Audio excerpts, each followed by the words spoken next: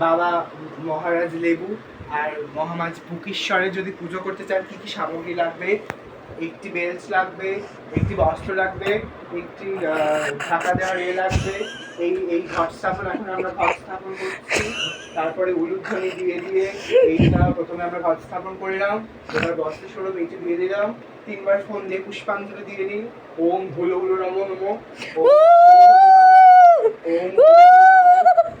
এবার একটি মালা পরিয়ে দেব, ভগবানকে মালা পরিয়ে দিলাম। এবার ভোগ অর্পণ করব।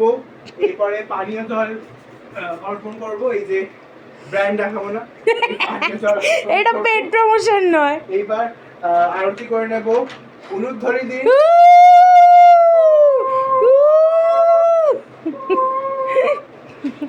আপনারা যদি দর্শন করতে চান আসবেন না আমার বাড়িতে, কারণ এটা আমার প্রাইভেট ঘর, আপনাদের আসতে দেবো না।